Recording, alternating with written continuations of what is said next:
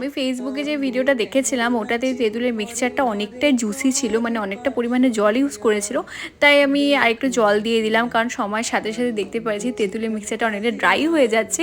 তো আমি জল দিয়ে তারপর আমটাকে নিয়ে এখন সুন্দর করে আমের সাথে পুরো ব্যাপারটাকে বলতে পারো ম্যারিনেট করছিলাম।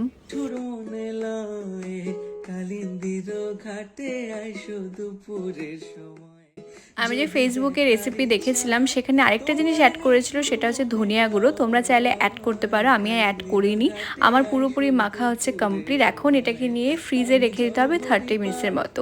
আমি যে কোনো রেসিপি দেখে কোনো কিছু করলে সেটাকে প্রমিনেন্টভাবে চেষ্টা করি পুরো কমপ্লিট করা, যেন ভালোভাবে রেজাল্টটা আমি পাই।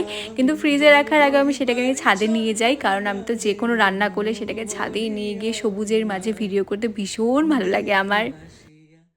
আমার বন্ধু চিকন কালিয়া দেখো আসিয়া।